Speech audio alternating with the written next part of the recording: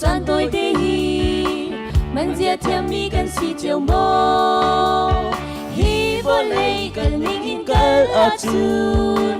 luril nak le thi nak atam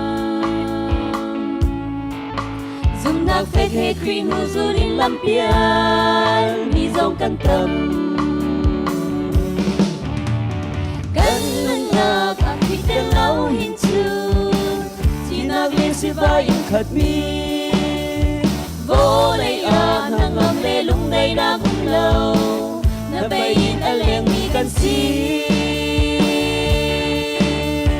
kan zu ding lam mu sat tu boy ba he kan nin lang a kri thong in ba lei nun a tei tu nang am nak chau tu kan sila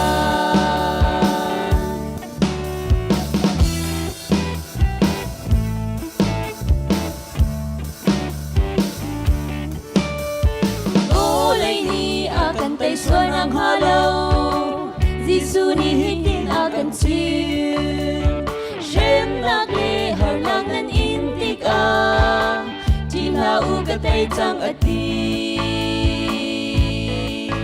boy phi tay nak nun som in vô lệ a lên tin cần si gần nang nak a ti tan lâu hít chu tin nak lệ si va in khát bi vô lei a nang ngam le lung dai na kum lo na bay in a leng mi kan si kan zu ding lam mu sak tu boy ba he kan min long a kri thong in ba lei nun a tei tu nang ngam nak chau tu kan sila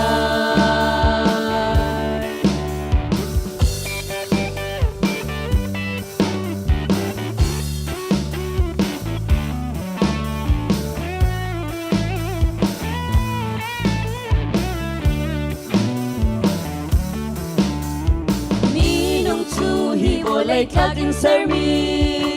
leia akir than ting kan si kan nang na kan tho chu a mei tu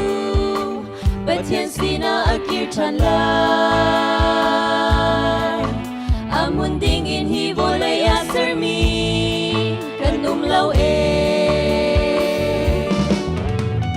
kan nang na akir dan lo hin chu thi nak le si va in khat mi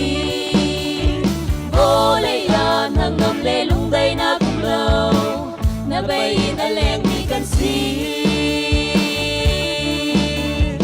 em zu ding lam mu sak tu boy ba he kan min long a kri thong in ba lei nun a tei tu nang ngam nak chau tu kan sila